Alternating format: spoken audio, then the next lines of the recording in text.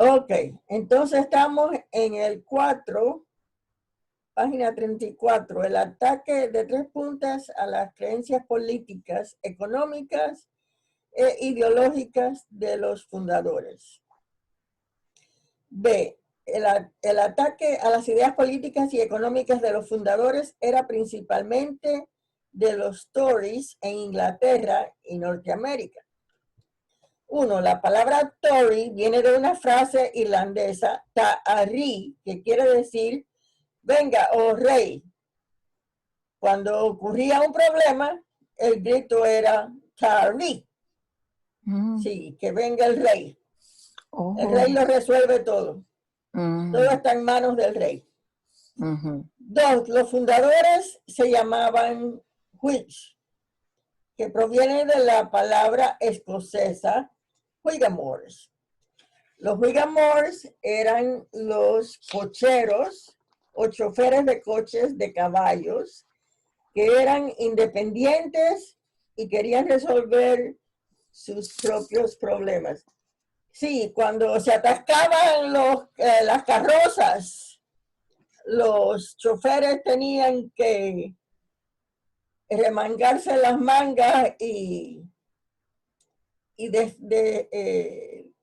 ¿cómo se llama? Sacar del atolladero. Desatascar. Desatascar, ellos mismos. Eso eran los Whigs. Okay. Los choferes se llamaban Whigamores. Whigamores. Otro grupo en Inglaterra y Norteamérica eran los levelers o niveladores. Ellos querían que se usara el poder del rey para redistribuir la riqueza para que todos fueran iguales. Samuel Adams dijo que los fundadores hicieron todo lo posible para que las ideas de los Tories y los niveladores fueran inconstitucionales. Los socialistas de hoy en día han escrito una nueva constitución para los Estados Unidos y apoyan el control por el gobierno de todos los medios de producción, fincas, fábricas, minas y recursos naturales y todos los métodos de distribución, transporte, comunicaciones, bancos y comercio. 1. El ataque socialista más notable a la fórmula económica de los fundadores provino de Karl. Tiene que ser Marx. Déjame buscar la página de respuestas. Marx, es Marx. Ok, pero déjame para las próximas buscar, sacar la página de respuestas. Ok. Karl Marx, que llamó al sistema de la ley natural de una economía de libre empresa capitalismo. 2. Los socialistas pretendían que su fórmula era superior a la economía de libre empresa de los fundadores porque a. Los derechos privados de propiedad serían reemplazados por posesión o control de la propiedad por el gobierno. B. La competencia sería reemplazada por producción social, que siempre ha terminado con monopolio por el gobierno. ¿Producción? Sí, es lo que tengo yo aquí, producción. La competencia sería reemplazada por la producción social, que siempre ha terminado con monopolio por el gobierno, con baja producción, mala calidad y precios. Sí. Bueno. O sea, que entiendo yo que la competencia iba a ser reemplazada por la producción, o sea, por una X productividad social. Okay. Bien. C. Las ganancias privadas serían cocheros o choferes de coches, de caballos, que eran independientes y querían resolver sus propios problemas. Espérate, ¿eso está bien? Sí, sí, sí. Las ganancias privadas serían, aunque tú esta página me la cancelaste. Esta página tú me la Ay, cancelaste. Dios mío. Está malo eso. Otro grupo en Inglaterra y Bueno, sé, Norteamérica. otro grupo en Inglaterra y Norteamérica. Yo cancelé esta página. A mí tú me Porque la... esta es una copia. Esta es una copia. Tú me la cancelaste a mí. Sí, Ok. Este es un duplicado. es un duplicado, sí. Ok. Entonces, continúa aquí. La C dice, las ganancias privadas. Es ganancias. Ahora sí tiene sentido. Las Ok. ganancias privadas. Bien, las ganancias privadas serían Eliminadas. eliminadas completamente. Ahora sí tiene sentido. Ahora sí, sí. De esa manera se elimina lo que es necesario para hacer que la producción valga la pena. El gobierno regula los precios para proteger a los...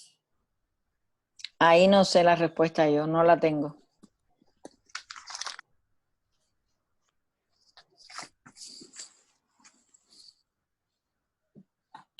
Bueno, Esa no tengo la respuesta. la regulación de precios siempre ha dado por resultado.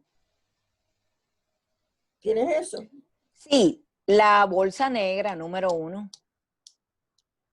Número 2, corrupción. Y número 3, escasez.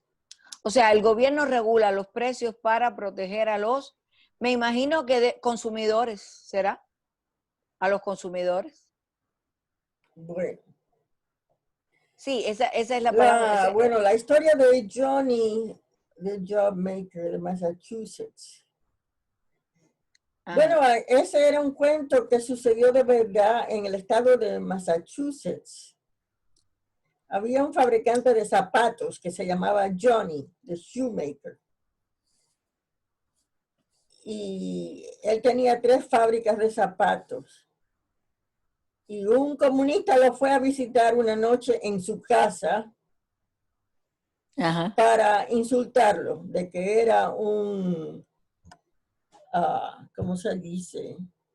Abusador con los trabajadores, los tenía trabajando muchas horas por un salario bajo y los estaba exprimiendo. Bueno, toda la palabrería esa que usan los comunistas. Explotando, ya Explotando, sabes. sí, la palabra es explotando. Y entonces, y no habla, y no paraba de hablar. El muchachito era joven, como de 20 años, y no paraba de hablar. Y le costaba trabajo a Johnny poder decir algo, pero pudo meter algunos comentarios de vez en cuando. Le dijo, óigame, yo empecé esta fábrica en mi garaje, yo era solo fabricando zapatos y tenía negocio y contraté a 2 empleados y entonces había más negocio y decidí abrir una fábrica, tuve que hipotecar mi casa para poder abrir una fábrica pequeña, entonces contraté más empleados, iba bien el negocio, abrí otra fábrica, tuve que hipotecar la casa otra vez para poder abrir la segunda fábrica. Y después abrí una tercera fábrica, tuve que hipotecar la casa una tercera vez.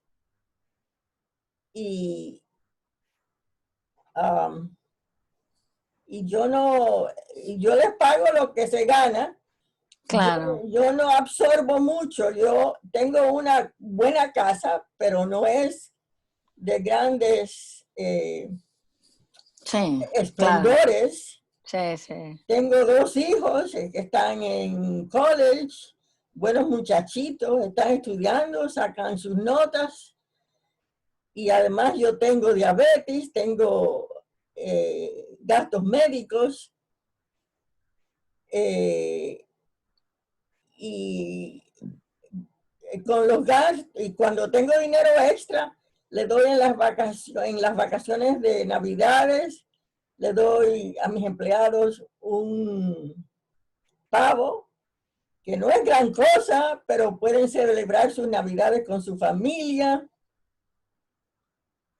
Y esos eran los comentarios que él podía decir de vez en cuando. Y el muchacho, al fin, a que tú no sabes qué dijo el muchacho.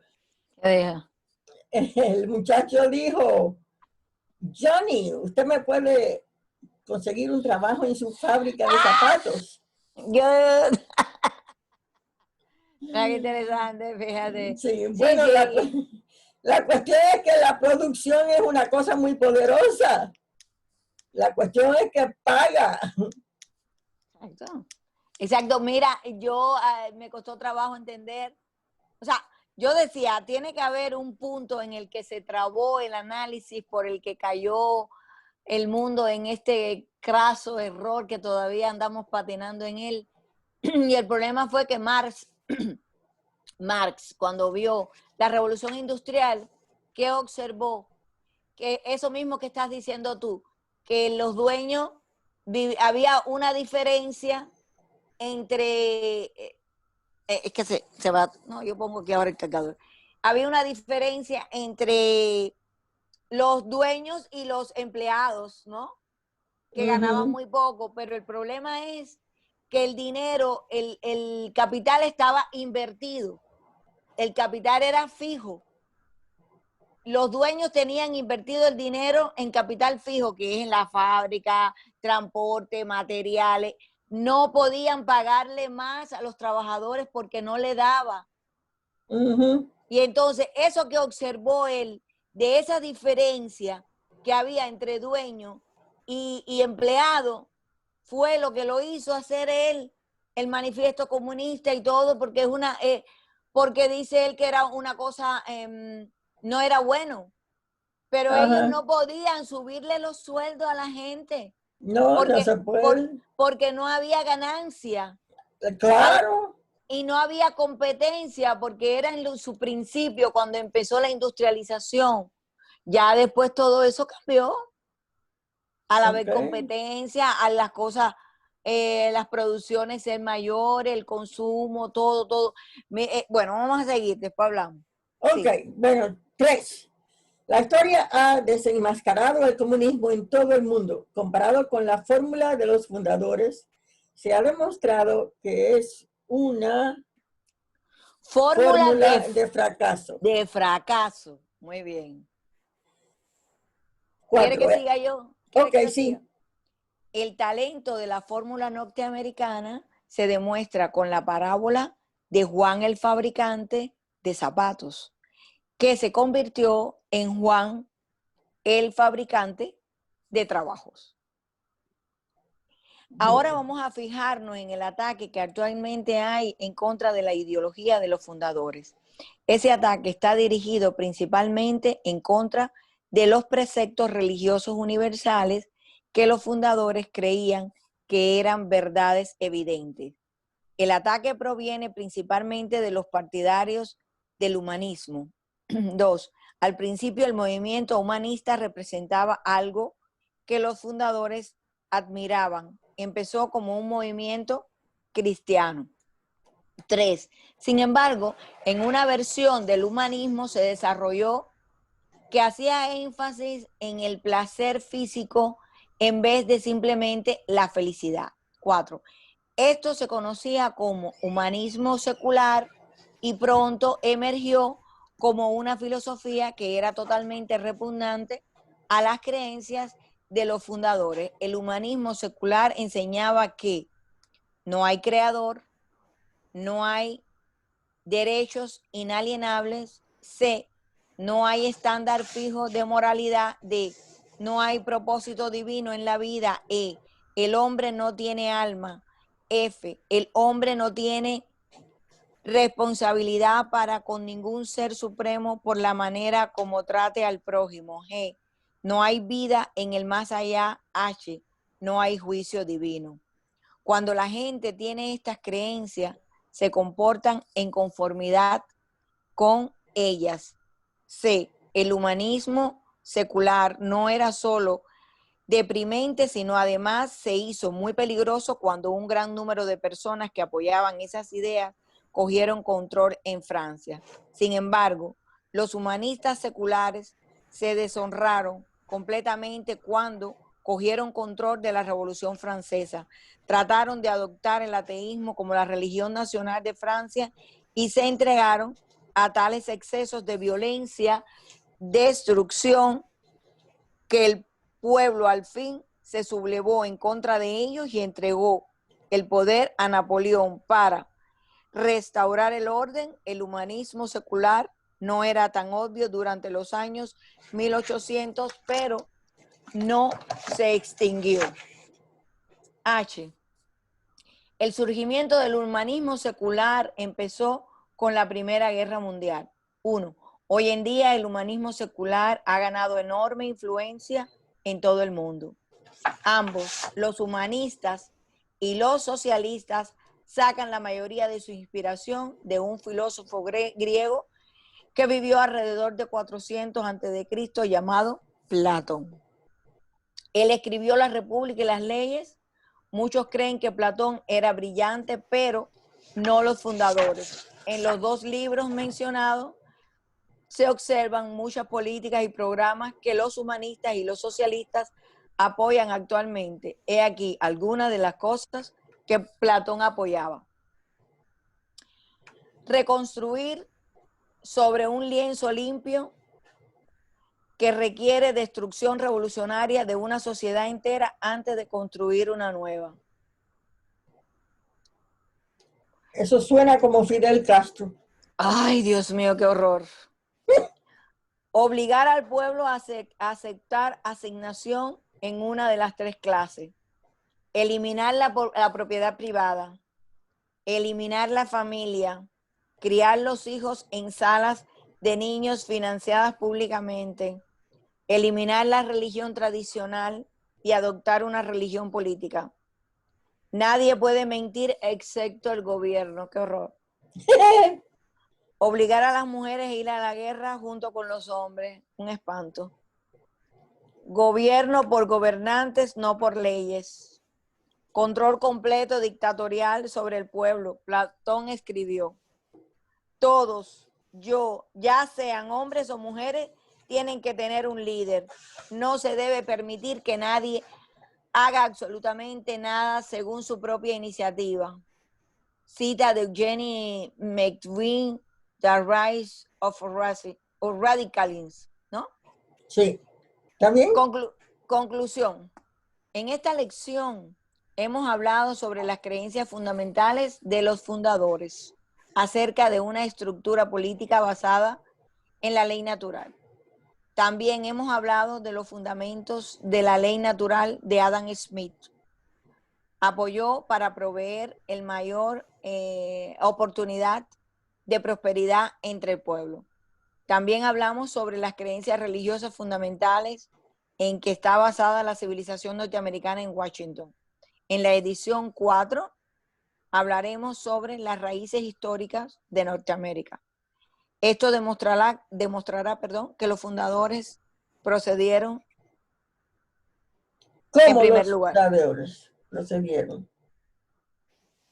Esto demostrará que los fundadores procedieron en primer lugar. ¿Cómo? Esto demostrará cómo los fundadores procedieron en primer lugar. Ok. Entonces yo pienso que nos quedamos aquí para hacer en la próxima la Magnífico. La lección número 4. Magnífico. Sería tan interesante que mucha gente que se confunde estudiara esto, porque hoy yo tuve una conversación con mi hijo porque él me dice que... ¿Grabo o lo grabo? Sí, grabo. Que el consumismo no es bueno. Ay, Dios mío. Y yo le dije hoy, mira, el otro día me dijiste algo y yo estoy de acuerdo, que hay que cuidarse, no caer en un consumismo extremo. Pero ¿y quién te obliga a ti a comprarte algo? Aquí nadie te obliga a comprarte nada. Tú lo compras por voluntad tuya. Sí. Entonces, nadie, eso lo aprendí con el doctor Capo, nadie va a Walmart, nadie te pone aquí una pistola para que tú vayas a Walmart a comprar. Ajá. O que tú ordenes algo por Amazon. Es tu voluntad. Si la persona quiere consumir, eso es problema de cada quien elija su vida, hacer lo que quiera. Esa es la libertad. Ajá. Ya está.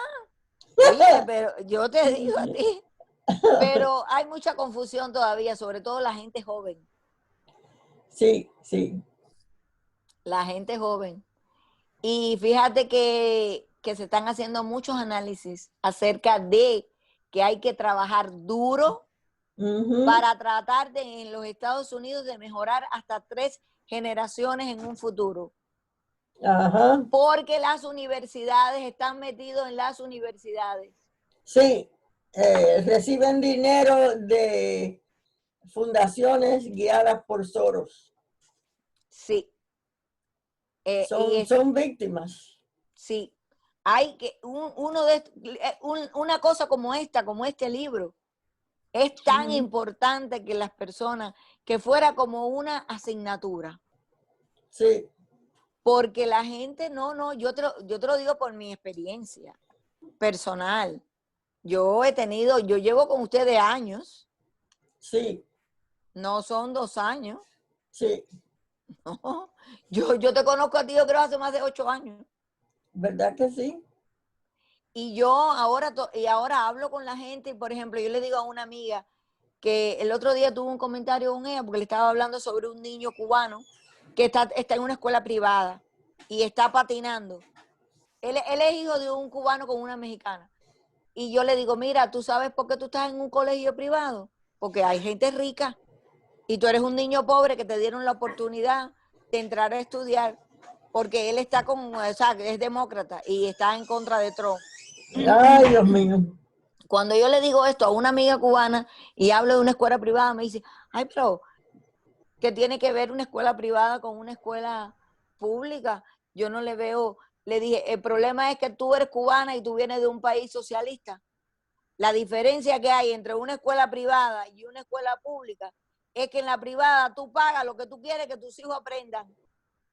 Y en la pública tienes que aceptar lo que te le enseñen al niño. Si te le meten a Gramsci a leer el libro de comunista y de italiano ese, lo leen y salen comunistas de ahí. Y bien. ¿Entiendes? Claro, el que no tiene dinero, bueno, va a la escuela pública y que aproveche la oportunidad. Pero el que tiene la posibilidad, ahí está la diferencia de lo que tú pagas. Cuando tú pagas, tú exiges lo que tú pagas. Cuando tú recibes algo de gratis, tienes que irte contento con lo que te den. Pero es difícil. Lleva estudio. Ok, bueno, ¿Termino muchas ya? gracias. Sí, muchas gracias.